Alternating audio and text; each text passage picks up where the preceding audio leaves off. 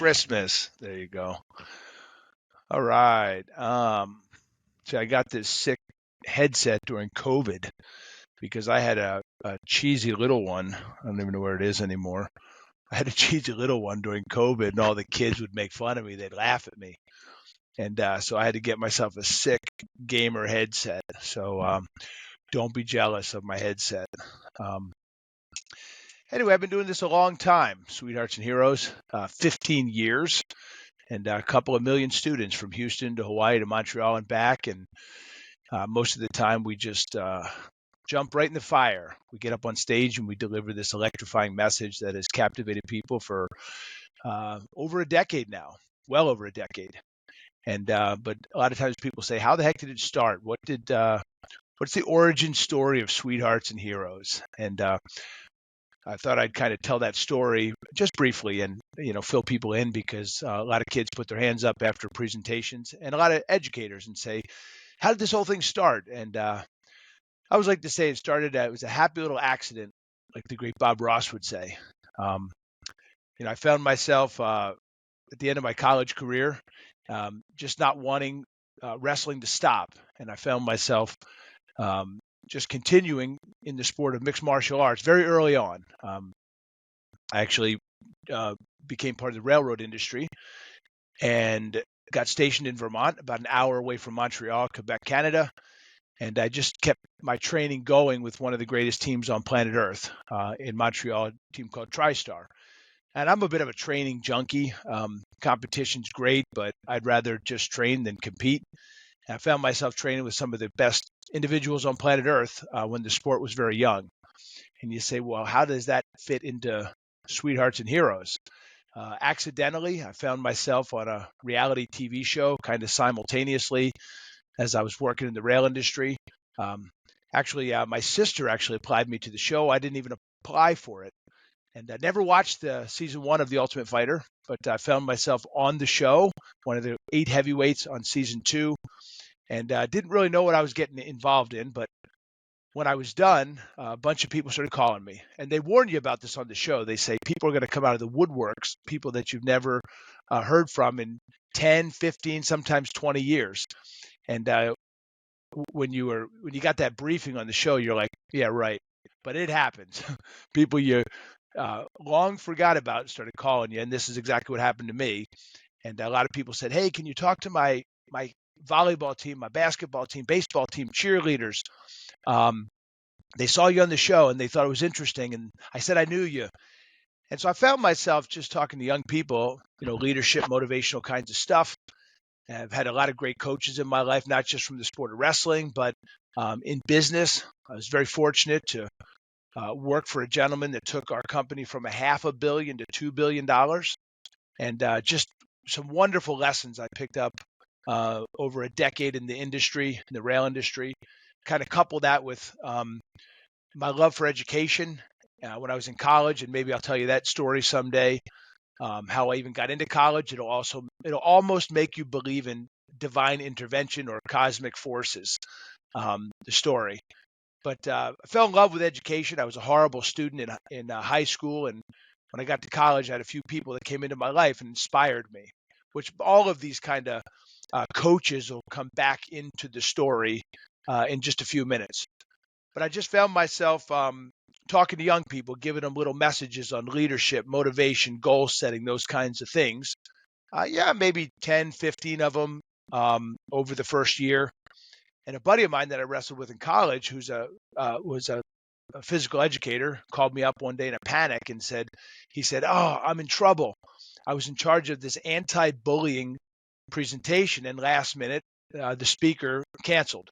I think it was an Olympic speed skater, and his training schedule changed. And so here's this friend of mine who's got about 900 middle schoolers that are expecting a presentation in a couple days. And he said, can you do something on bullying? And I said, I guess. And I can run around the stage and act like a weirdo and jump up and down, and not sure what I know about bullying. So I put myself on a little bit of a journey. I'm a bit of an information hound. If you give me one word or one topic, I like to just dive into it both feet. And so I did. And the first thing I did was actually got it right here, to be honest with you. this dictionary right here on my shelf. It was my college dictionary, and it's kind of cool because when I open most pages, um, you'll see some check marks. This is before computers and handheld devices and stuff like that. I used to go to the computer lab in college, so if you had to do a paper, you had to go and type your paper at the computer lab and share the computer. But I got this dictionary when I really started to find myself really immersed in uh, wisdom and knowledge and learning. This thing that bit me in college, and so I had this great dictionary, and I used to put check marks by words. And if I looked them up and there was a check mark by it, I realized I didn't learn it well the first time. But anyway, so I grabbed this dictionary, and I look up the word bully, and because I got to understand what this thing is, because I was never really bullied in high school. I wasn't a bully. Certainly watched a lot of those kind of things happen, but I knew I needed to educate myself on what bullying is. And lo and behold, this dictionary that I have has word origins in it. And it says origin, 16th century, sweetheart. And I was like, huh, sweetheart? That makes zero sense. And so I did a deeper dive. And what I discovered was that the word bully in the 16th century, about 40 years after Columbus sailed, actually meant sweetheart. It was a very endearing term. It was someone that came into your life and pushed you to become better, faster, stronger, smarter. And what I came to understand very quickly was that it's a common thread that all human beings share. These 16th century bullies, these sweethearts. And you might still be scratching your head thinking, not me. But yeah, every single person I've ever met throughout my life has this common thread. And that person, when you didn't feel like going to practice, they said, get your crap and get in the car. You picked this stupid sport. Remember that person when you felt like quitting? You brought the new instrument home and it was hard because you thought you were going to be some rock and roll star, but it sucked, right? Because it barely was made any semblance of a musical riff or note or whatever. And it just sat in the corner and they said, hey, young lady, I bought you that stupid thing. Start practicing. Or as you got older, maybe even when you were in college and life was tough and you didn't feel like getting out of bed. Remember when she called you up on the phone and said, get your stuff on, I'm coming over, we're going out? Those are your 16th century bullies. And what they really gave you when you're struggling was this thing called hope. And this was the seed that started Sweethearts and Heroes, because my plan was, to look up some statistics on bullying, what types of bullying, that kind of awareness-based stuff. What's the prevalency, frequency, what ages does it peak, all that kind of stuff. But that's not too exciting for a bunch of middle schoolers. So my plan was to take this mixed martial arts, this little hook, play a minute or so of me competing in a cage, to run out on the stage. And number one, after this mixed martial arts plays, this violence, which we can talk a lot about, as I don't really believe there's any violence in mixed martial arts. And I could have a great debate with my friend Dana White or even some other great fighters over the years. But there really is no violence. And certainly we could talk about that at some point. But my plan was to run out on the stage, play this. The kids are going to hear this is an anti-bullying assembly, and they're going to be like, what is going on here? Has this school lost their mind? But we got one principal. We talked him into it, a guy named Mark Fish, and he became a superintendent. His son, Patrick, I'm sure some of you know who Patrick is. If you watch some of our stuff, he actually works with us years later. But we talked this guy into letting me play about a minute of mixed martial arts to run out in front of these kids and say, I'm going to tell you one thing about the sport of mixed martial arts, just one thing, and I'm not going to mention it for the rest of the time we're together. I hate fighting. Pause. Every kid's looking back and forth like, what is going on here? Then I get an opportunity to actually educate young people about the sport of mixed martial arts, because it's a sport, right? Just like basketball, tennis, it's just a very aggressive sport that has a different end goal than most sports, and unconscious, those kind of things. But it's a sport that people willingly participate in. Um, but that was my original goal. And then after that, this like savage opening, I was going to look across this gymnasium and point across there and say, you know what, boys and girls, I would have never been able to get into that cage if it wasn't for your gym teacher. And then I was going to look over at the guy that asked me to come, because as I dwelled on this, what I found, what I came up with was, if it wasn't for that man who was bigger than me, stronger than me, older than me, if it wasn't for him pushing me, slapping me across the face in the weight room, when I didn't think I could do another rep, or shoving me across the wrestling room when I felt like quitting, if it wasn't for that person and a series of people in that wrestling room and coaches, I just would have never been able to get into a cage and compete at a professional or a high level. It just wouldn't have happened. But they pulled stuff out of me, and they gave me hope when I didn't think I could achieve what I've achieved, or what the potential that I had to achieve. And they just pushed me over and over and over again, week after week, month after month, year after year. And what you do when you look backwards in your life, as Steve Jobs said, you can never connect the dots looking forward. You can only connect them looking backwards. And there's a lot of truth to that. And as I look back in my life, what I find is all of these great, coaches I've had in sports, and people in business that have mentored me and coached me, people, in business, people in education, all these great people that have come into my life have really pushed me because they saw something in me, some potential that I could do better. And it's like when you tell a young person, you're good the way you are. And I try never to say that to young people. I believe you're okay with where you're at now, but that doesn't mean you get to stay there. That means that you have more to give. You have potential. And if the conditions are right, and not just the environmental conditions or the physical conditions, but these conditions here, right? This mindset,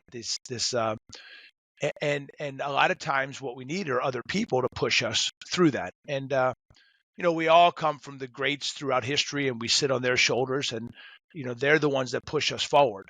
And so that was my original plan, was to go into that gym, play a little mixed martial arts, tell them I couldn't have done it without this guy who bullied me. And they were all going to look at their gym coaches, and these are just sixth, seventh graders. We're going to look with giant, big eyeballs and say, wow, what could that phys ed coach, that gym teacher that I see every day, what could he help me do? Could I allow him to bully me, to push me out of my comfort zone to become better, faster, stronger? Maybe. And so that was the original inception. And as this message unfolded, and again, we'd slip in this educational stuff that you're supposed to slip in, but kids want to be entertained. They want to be inspired. They want to be part of something bigger, something that they know that they can't be part of yet, or they just have their dreams and they still have on this bubble of wonder and imagination. We haven't slammed that window shut on them completely yet. It's coming, but we haven't slammed it shut. So if you can plant those little seeds in a young person, that's really, truly what might just change the trajectory of their lives. And that's what changed the trajectory of my life, was all the great sweethearts, the great 16th century bullies in my life.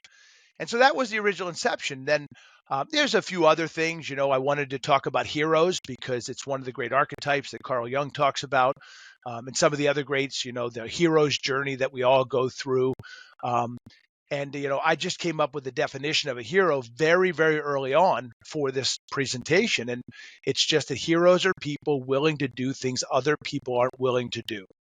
And when I talk to young people, and as I was preparing for these early assemblies, I started to talk to young people, whether it was my own children or my friends' kids or kids in our community, and who doesn't like to talk about superheroes? Who didn't want to be a superhero at one point, who didn't have a costume, and whether it was an anime character, whether it was a Disney princess, whether it was one of the greats, Superman, Captain Marvel, like everybody wanted to be a superhero. And I'm a bit of a student of philosophy, and Socrates said that courage and bravery is the greatest of all the virtues. And what I realized very early on was that most people, when they're just little people, they get that great virtue from heroes, right? Little kids put on costumes, they go outside, and they practice being brave and courageous, so that when they need it, and it might be something silly like going into a pizza shop and ordering a slice of pizza, or buying their own candy. But as you get older, if you have your own children, all you want for them to do is to be able to stick up for themselves, stick up for other people, go out and get their own job, do their own interviews. And that takes a lot of courage and bravery. And if you look back through history, what you find is that that comes from the modeling that some of the great heroes of the past display. And we as humans, we try and mirror that. We model those things. And the funny thing is everyone has a different superhero, and we start with those comic book ones, but eventually it just bridges into real life people, and we try and emulate or model those people. And that's what heroes do. They're willing to do things other people aren't willing to do. And I have a whole list of characteristics that makes someone or something a hero. But that's one of the great ones, is their willingness to go sit with someone that smells different than other people, someone that decides to stand up and say, enough, stop. And so that was like the original inception, was to go in, play a little mixed martial arts, give the credit to the gym coach that brought me in, that made me who I am today, so that he could inspire those young people after I left, because Rick wasn't involved at this point. And then to grab a few of those kids that are ready to jump into action and to become a hero, and what that means. And then very early on, we developed this thing called a bully drill, which I can talk to you about a little bit later on. Very fascinating. I'm a play junkie. And when I say a play junkie, I mean the science of play. Long, great conversation to have about play. But so that's the inception of it. And after that, first presentation, there was another school there where someone had heard about it and said, "Hey, I heard what you did at this school. Could you do that at our school?" And I'm like, "Yeah, I guess so." And found a date, scheduled it on a Friday or something, and went and delivered this silly little Sweethearts and Heroes assembly to another school. And then another one called, and another one, and another one. And but here's where the I guess the future growth of it. And I'm trying to think of how to say this, but here's how that kind of the future growth, where I knew that we were onto something that we needed to dive deeper into, because when a lot of these first dozen or so assemblies ended, the lights would go out, and I'd be packing my stuff up, getting ready to get my gas card or my Dunkin' Donuts card that I did this thing for, and a lot of young people would sneak back in the auditorium, go to the bathroom. I'll be packing my stuff up, and I can close my eyes and remember one of the first times when a young man actually came back in, and it was actually a little bit uncomfortable for me because I didn't know what to do or say, and just caught me off guard. When whatever we were saying with this message about hope and about taking action, because that's what Sweethearts give, is hope, and Heroes take action. It's the two great pillars of Sweethearts and Heroes, is hope and action. I just found myself talking to this young man about the challenges he's going through in his life, whether it's relationship issues, school. Most of it revolved around relationships and people and difficult challenges and loss.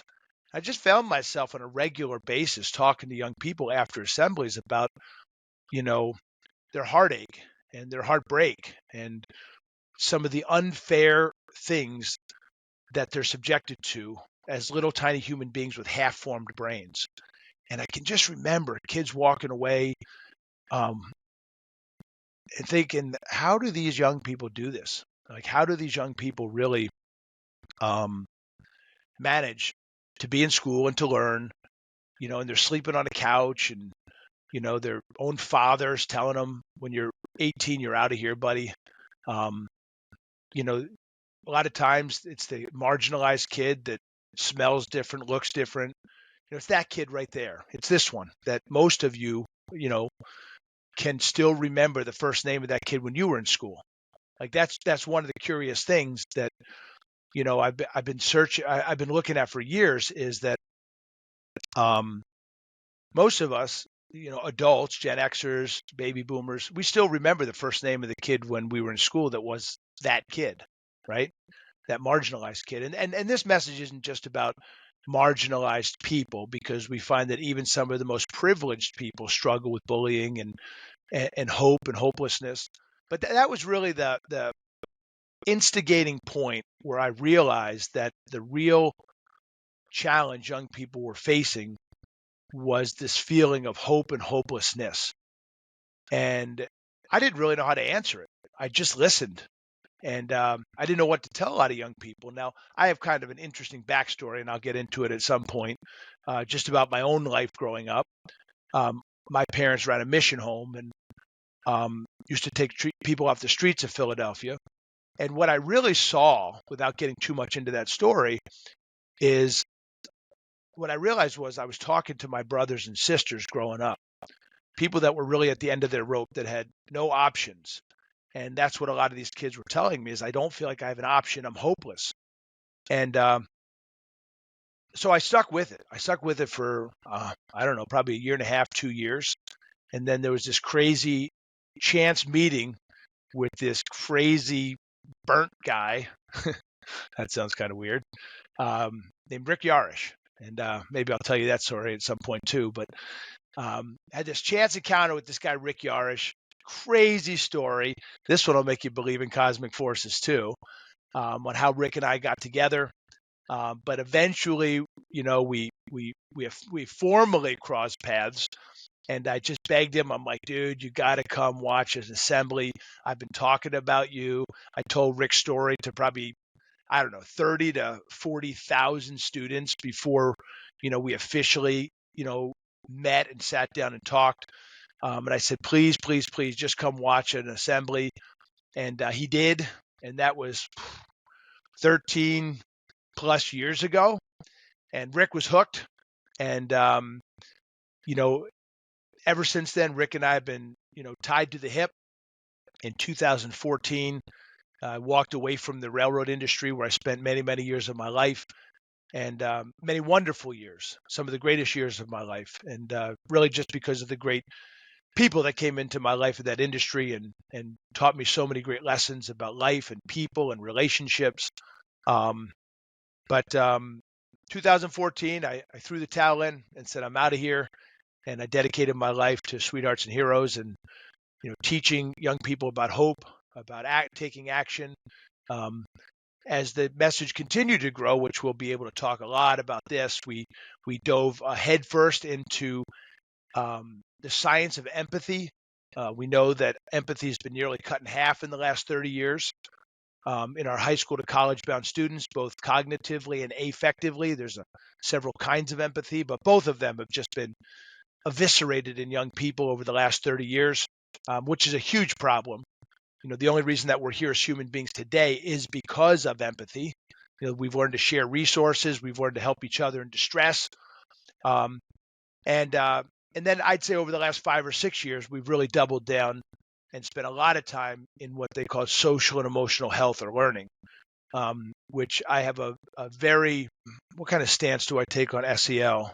A very positive stance, but it's a little bit different. I find myself as more of a traditionalist. I tend to stay in line with James Comer and his original work in the 1960s. But we'll talk a lot about social emotional health and learning and what that truly actually means, not just for students, but also for educators and even parents. And we know that these human skills, most of the time I stop using the word social emotional skills, and I say these are human skills because all of them are the reason that we're here as human beings and that we haven't torn each other to pieces and eliminated our race because of these human skills. So that's kind of the imprint or the origin stories of Sweethearts and Heroes. Rick and I, since 2014, are in anywhere from 100 to 120 schools every school year. And we have some pretty rigorous curriculum that we've made. We've working on our second book right now. But it's just been a wonderful ride. I don't think I traded for much in my life to be able to inspire young people and educators, parents and community members. And it's just been a heck of a ride. And certainly couldn't have done it without some wonderful 16th century bully sweethearts of my own, including one of the world's the great world H.O.P.E expert, Rick Yarish. And maybe I can get him on here at some point and we can break down some of this in some more detail. So that's kind of the origin story in a very, very quick nutshell. So we'll see you next time. See ya.